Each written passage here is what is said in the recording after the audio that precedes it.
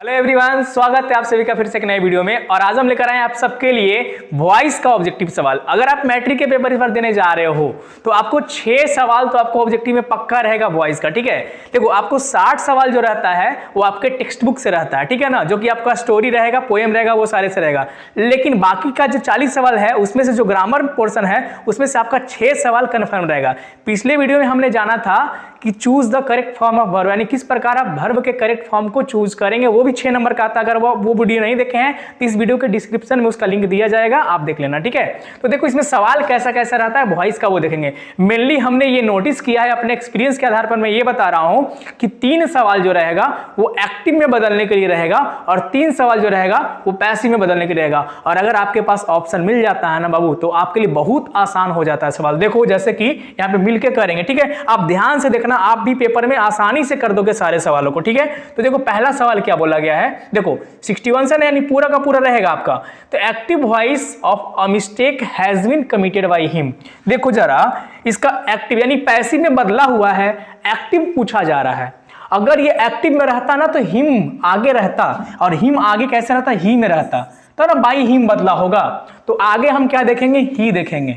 ठीक है, और हैज बीन कैसे आया होगा, हैज रहा होगा तो हैज से पैसिव में बदला होगा तो बीन लग गया होगा। ठीक है, और आपको पता है कि ये जो जब भी पैसिव में बदलाव रहता है तो वर्ब का तीसरा रूप आता है, तो ये वर्ब का तीसरा रूप है। और हैज के साथ भी जो लगता है वो वर्ब का तीसरा रूप ही लगता है।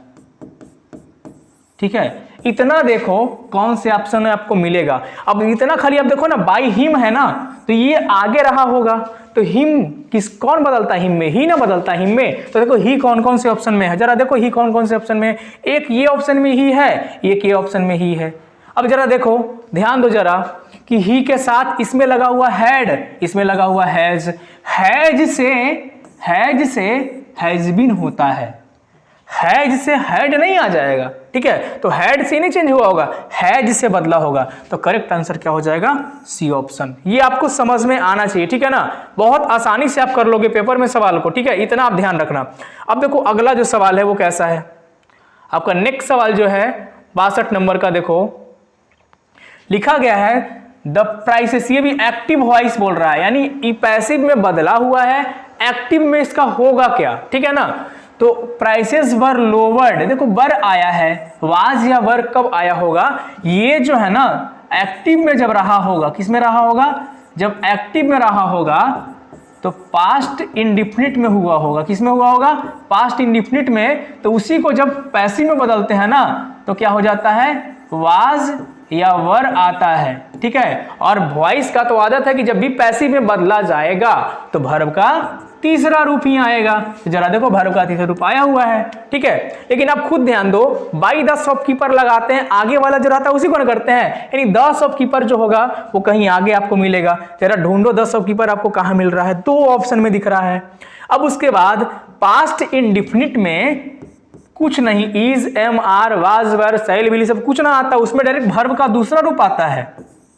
कौन सा रूप आता है, वर्ब का दूसरा रूप। और लोवर्ड तीसरा रूप भी यही होता है और दूसरा रूप भी यही होता है। तो द शॉपकीपर, और उसके बाद जरा देखो लोवर्ड किस में लिखा हुआ है, तो द शॉपकीपर यहाँ गॉट लिखा हुआ है, यहाँ देखो लोवर्ड लिखा हुआ है। तो सी ऑप्शन जो हो जाएगा करेक्ट आंसर हो जाएगा। ठीक है, थोड़ा सा देखो और आसानी से आप समझेंगे आगे।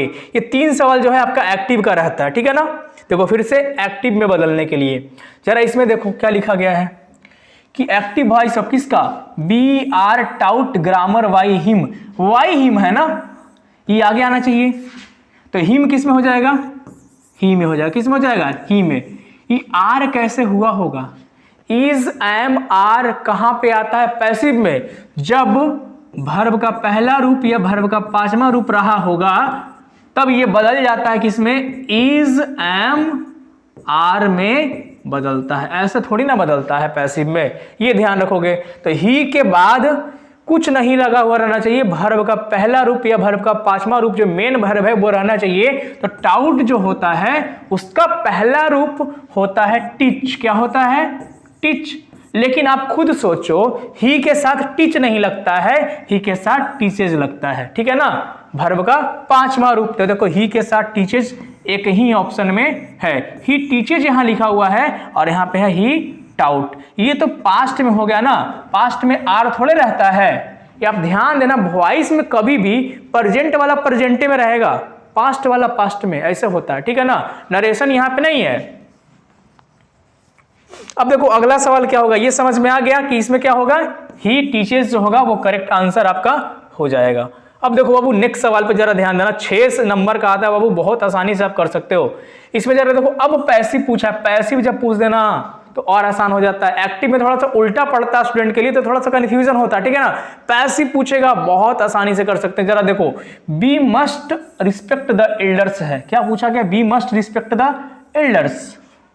अब जरा ध्यान दो आप कि द एल्डर्स वो तो आएगा आगे आ जाएगा, तो द एल्डर्स आगे रहना चाहिए। कौन से ऑप्शन में है द एल्डर्स आगे, तो देख रहे हैं सारे ऑप्शन में है। लेकिन अब ध्यान देना, मस्ट जहां पे रहेगा तो पास्ट में जब बदलेगा तो मस्ट के बाद खाली लग जाएगा बी। क्या लग जाएगा मस्ट के बाद, बी। आप जरा ढूंढो मस्ट के बाद बी कौन से ऑप्शन में है, तो इसमें खाली मस्ट है, ये नहीं होगा।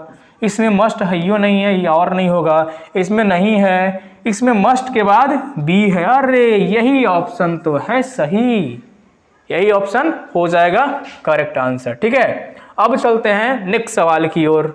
अगला सवाल क्या बोला गया है कि passive voice of we have want you. जब भी ध्यान देना, बी हैव वांट यू, जब भी हैव रहे, क्या रहे, हैव रहे या हैज रहे, तो उसके बाद लगेगा क्या चीज, बिन लगा हुआ रहना चाहिए। और आपको ये भी पता है जो पीछे है वो आगे आएगा, तो यू के साथ क्या लगेगा, हैव भी लगेगा। यू हैव बीन, जरा ढूंढो किसमें है, हैव के बाद बिन, हैव के बाद बिन, हैव के बाद बिन, हैव के बाद बिन, इसी ऑप्शन में है। देखो आगे यू है ना, यही हो जाएगा करेक्ट आंसर। ऐसे आप लगाओ ना, आप 6 का 6 वॉइस आप सही कर लोगे, ठीक है, आप ध्यान रखना। अब चलते हैं नेक्स्ट सवाल की ओर। अगला सवाल क्या बोला गया है, नेक्स्ट सवाल क्या बोला गया है, ये मैं कुछ अपने से नहीं बनाऊं कि पेपर का सवाल है, ठीक है ना। Passive voice of the boy laughed at the beggar. ध्यान रखना यहाँ पे थोड़ा सा इमोशन को ध्यान रखना कि एट द बेगर, यानी बेगर पे हंसा। लाफ्ड है, देखो जरा ध्यान दो, द बॉय है, क्या इज एम आर ये सब कुछ है, डायरेक्ट लाफ्ड लगा हुआ, यानी ये वर्ब का दूसरा रूप ही होगा। और ये है क्या, पास्ट इंडेफिनिट है, ठीक है। तो ये जब बदलेगा ना तो वाज वर होगा, किसमें होगा, वाज या वर में। तो जरा ध्यान दो, द बेगर है तो द बेगर के बाद क्या लगेगा, वाज लगा हुआ रहना चाहिए, तो द बेगर वाज। और उसके बाद क्या हो जाएगा, ये वर्ब का दूसरा रूप भी यही होता है, वर्ब का तीसरा रूप भी यही होता है। तो द बेगर वाज लाफ्ड। अब यहाँ पे बाई द बॉय है, एट जो है वो इमोशन को बता रहा है कि हाँ भिखारी पे हंसा, तो वो एट इमोशन में आना चाहिए। जरा ढूंढो और किसी में है, और किसी में है कि नहीं है, ढूंढा जाए। देखो डी ऑप्शन में आपको क्या मिल रहा है कि the beggar was laughed eight by the boy.